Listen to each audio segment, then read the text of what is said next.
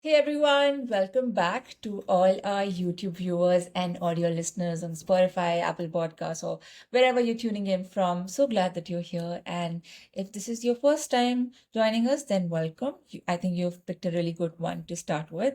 You're listening to episode 3 of AMA Affiliate Marketing Answered, the show where one expert answers your most specific, most frustrating questions about affiliate marketing without any fluff. And our guest for today is Rabii Babou. He's the CEO of Livano Agency, and the team behind Livano and Rabii himself, they've scaled brands through creator partnerships and affiliate systems and TikTok shop, and they've built multi-million dollar revenue pipelines doing it. So if you want to understand how the influencer and affiliate marketing worlds are colliding right now, this is the episode that you should definitely tune in. So, Rabii, welcome to our series. Yeah, absolutely. Thank you for having me. Very excited for this podcast. I think it will bring a lot of value to our listeners. Happy to be here. Absolutely. We've got a really good list of questions from our audience. By the way, this is like an open form that we'll leave in the description. So if you have a question around affiliate marketing that you're struggling with, then go to the description, hit that form link, and just submit it. And if you want to, just connect with Rabii after this episode, again, go to our description, check out their website, and check out Rabi's LinkedIn as well. Connect with them. And before we start with the questions, I have one of my own. This is a new segment that we've introduced in this series. So this would like set the tone for the rest of the episode. Rabi, my first question to you is, what's your hot take about affiliate marketing? Something that just every brand gets wrong, and probably you'll get like some pushback on any like spicy take about affiliate marketing. Of course, this is a really good question. I think a hot take is that most brands think they see affiliate marketing as a revenue driver first and conversion first. And I think this is a wrong way of seeing affiliate marketing. It should be considered as an amplifier of your business. A lot of brands, they think when they're going to work with creators on an affiliate basis because they're on performance, they're going to see the revenue double. And it's not how affiliate marketing works. So they only amplify what's already working. And you should see them as brand awareness, not only as conversion. So if you take the marketing psychology, people before purchasing your products, they need to see your product multiple times, and working on an affiliate basis with micro influencers is a good way uh, for you to be able to brand not only to build not only brand awareness but also brand awareness that comes with authentic trust from creators. Absolutely, like bang on. I think this is like one thing that a lot of brands get wrong when they, especially when they're starting out with their influencer or affiliate program. And yeah, definitely, I couldn't agree more. Thank you so much for that. I think that sets the tone for the rest of the episode. And the first question that we actually have is something that kept coming up in the submissions. And this is entirely your lane, so I'm excited about this one.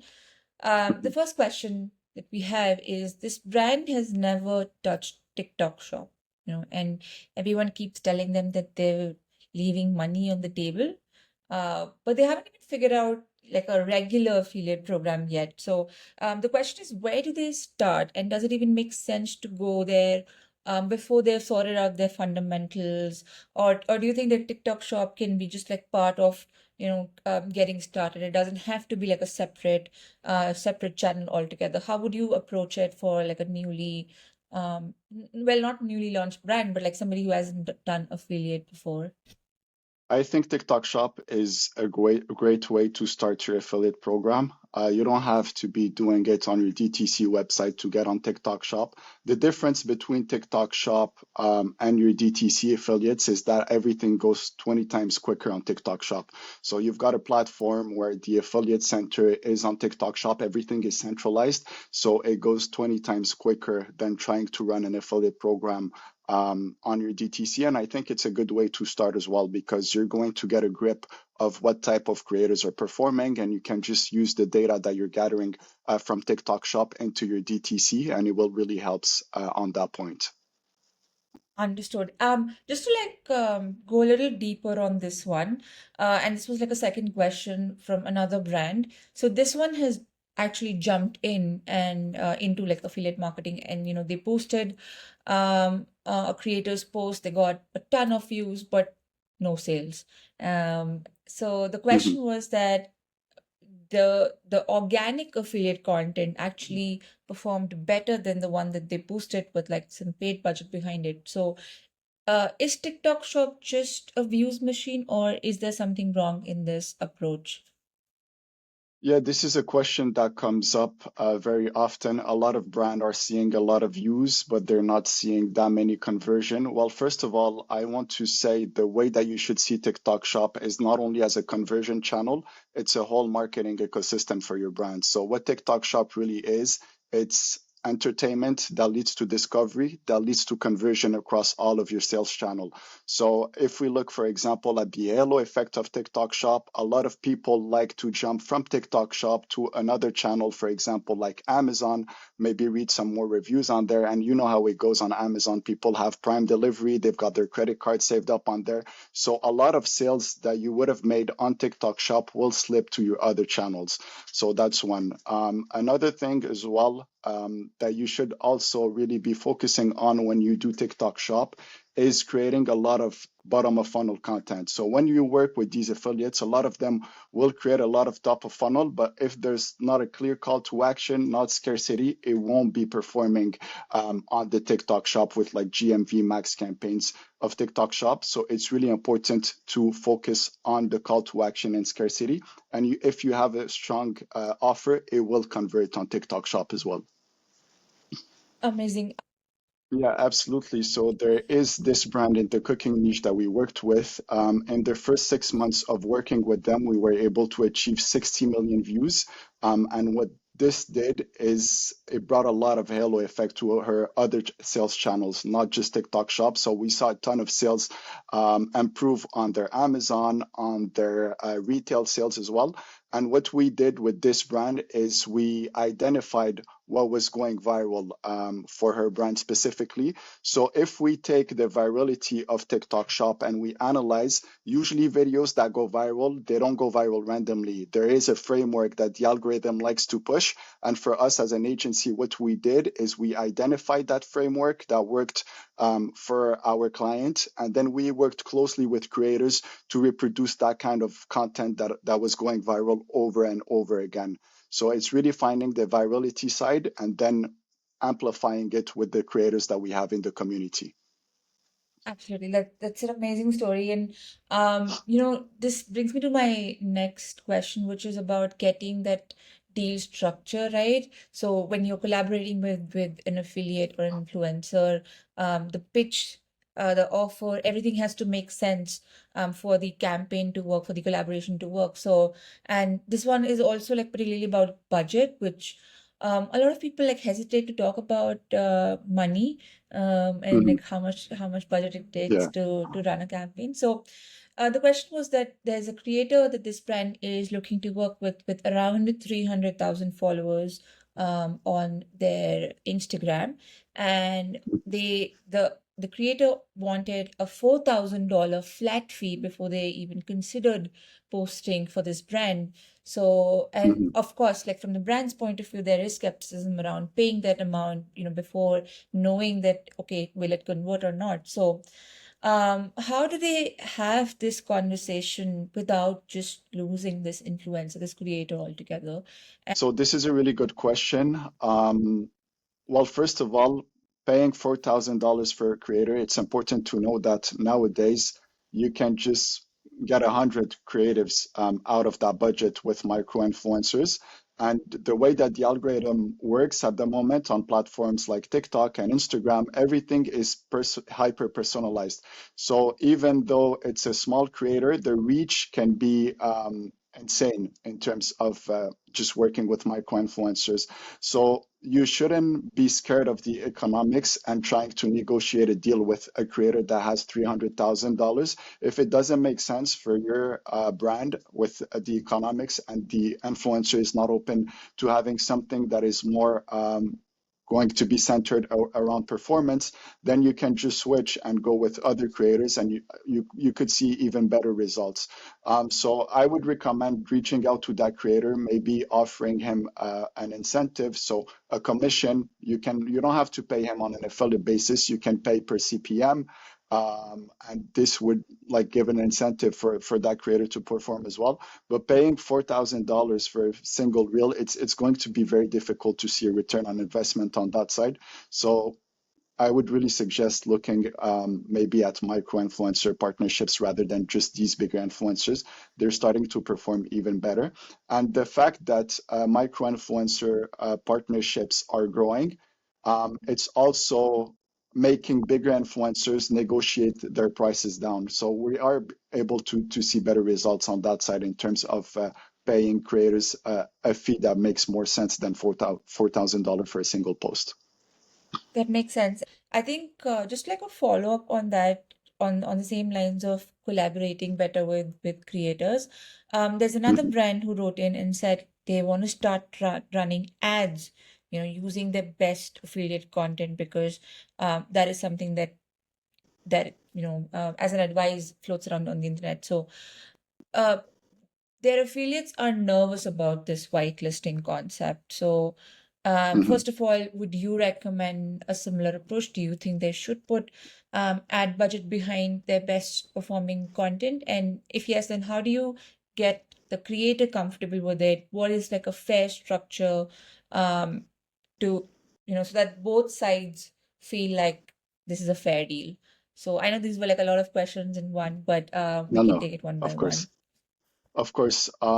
So first of all, I recommend all of my clients to whitelist creatives that are performing really well. So when you're whitelisting a creative, it's basically the creator that is going to be running the creative as an ad on their creator's handle directly. So it creates a sense of trust that regular ads cannot produce.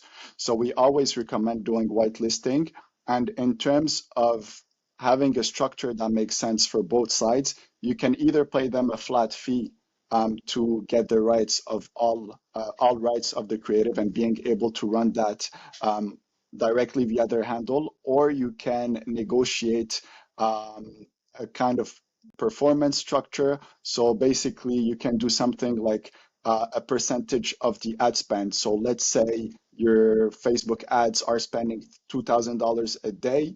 On that $2,000, you can offer them an incentive, like 10% of the ad spend. So this is something that has been working really well with our brands. And the way that the algorithm works on Meta, if the ad is not performing, it will not put any ad spend on it. So it's a win-win situation rather than just giving them a percentage of the sales that they bring, just put it on the ad spend. And usually it's a very good incentives that creators are happy with. Absolutely. Thank you so much for, putting like specific percentages there as well. Are there any other benchmarks that you could maybe talk about when it comes to how much the um maybe like the cat goes down on Meta for a brand if they use influencer content, or conversions get like how much can a brand expect the conversions to go to Mhm. improve? And from your clientele, like is there like an average to okay, these many influencers agree to get it to whitelist their content, and this is what like the benchmark should be for an average brand just starting out. Any numbers that you could put around these? Yeah, so for whitelisting, we're actually seeing a 30%, a 36% CAC reduction for most of the clients that we Amazing. work with. So if they weren't doing any whitelisting and we introduce whitelisting, we see results up to 36% in terms of client acquisition cost reduction. So it's very performant on that side. And brands usually see the results right away of this. I mean, nowadays, the only things that scale in our era is trust.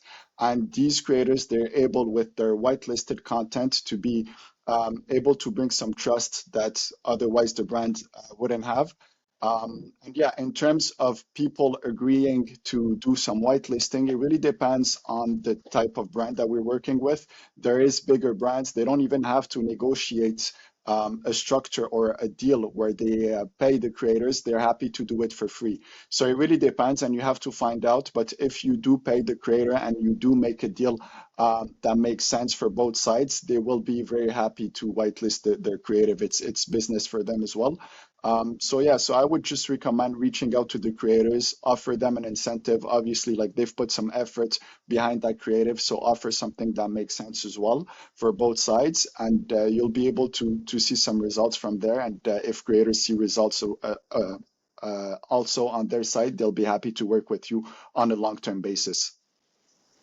You, um, the first question that we have around this theme is, so this brand has around 3 to 5 affiliates who are clearly outperforming everybody else in their program, and they're just paying them the same commission as everyone else and hoping that they stick around. Mhm. Do you think that is a mistake, and how can they rectify? Like, what else can they offer the clear like outliers who are doing much better than the rest of the group?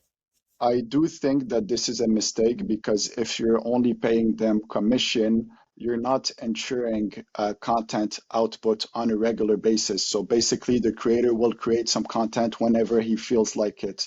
So what you want to do with these kind of creators, and it's important to understand, it's only going to be a small percentage that are going to be driving most of your revenue from your affiliate program. So you want to work with these creators on a closer basis, and you want to ensure quality and consistent content output from them. So what I would do is put them on a retainer. So negotiate some kind of hybrid deal where you offer them a commission, but you also pay them for the creative that they put, and ask for something like 10 to 20 videos at least per month and pay them off of that. This is a great way to incentivize the creator to post consistently. And when you think about it, what it's going to do is these videos are only going to improve over time because you're also giving them a commission for their creative. So they're going to get a grip of the marketing angles that are working, the hooks that they need to use. So at the end of the day, it's only going to be win-win for both sides, for both the creator and the brand that is working with that creator. Makes sense. Got it. So a lot of numbers were involved in this structure that you just talked about. So I'll come to my last question, which I think is like the meatiest one. If a brand has, let's say, $50,000 budget to get like a proper Mhm. influencer affiliate program off the ground, how would you split that between, say, gifting versus like flat fee versus commissions versus, let's say, like booster rewards, or if you want to employ gamification within your program, so reward somebody extra for doing more than what was expected. So you have like a budget of $50,000. How would you structure your program with that? Yeah, this is a really good question. Every brand is different, so this varies. But if you were starting from scratch and you never ran an influencer slash affiliate program before with creators, what I would do is first you want to gather some data. So what you're going to do is you're going to reach out to a ton of creators, and before pitching a flat fee or an upfront deal where you pay them upfront, you want to find out if creators are open to joining your affiliate program on an affiliate basis only. So just reach out to a ton of creators, see what's your enrollment percentage, what it looks like. And then once you find out, it's going to give you a clear idea of how much you need to spend on creators to be able to have a successful affiliate program. So find out when creators are joining on an affiliate basis only. And this is important as well because you don't want to burn your cards. So a lot of creators, for example, if you reach out to them offering them an upfront fee, they will say yes right away. But maybe you could have got that creator on an affiliate basis before even paying them a flat fee. So what we like to do is gather some data, see if people are onboarding, and for the people that onboard, look at their content quality when they post for you. If they're posting something that is really performant and you like the creatives that they're doing for you, then it makes sense to offer them a flat fee and a retainer to ensure that they will post consistently for you. So find out who's joining, then find out who's posting some great content, and then you'll have a better idea of what's the budget that you have to spend. Understood. So like work backwards, go into a problem statement first, which is, sit with data, even if it's messy, but that is where all the answers lie. So I love that. I love that framing. Um, Mhm. Makes you like go back to fundamentals and, like first principle thinking, before you make any decision. So understood. I think that was a really solid one, and that is our time, Rabi. Super, super actionable and very specific. Thank you so much for being so candid about all the numbers and benchmarks. I think that is where most brands struggle. There's a lot of like vague advice on the internet, or this is like stuff that they can't just chat GPT or ask on LinkedIn. So yeah, thank you so much for coming in with these answers and like frameworks. To everyone who's listening who wants to keep going, reach out to Rabi on LinkedIn. We'll keep the link in the description. Reach out to his team. We'll put that website link in the description as well. And if this episode gave you something to bring back to your team, share it with one more person who needs to hear it. That is how this show grows. And if you have any other question around affiliate marketing, then feel free to leave that in the form that we're leaving in the description. So yeah, and this your question might end up in a future episode. So thank you so much, Rabi, and for to everyone tuning in. I will see you in the next one. Absolutely. Thank you so much for having me, and looking forward to see the audience on your next podcast. Thank you.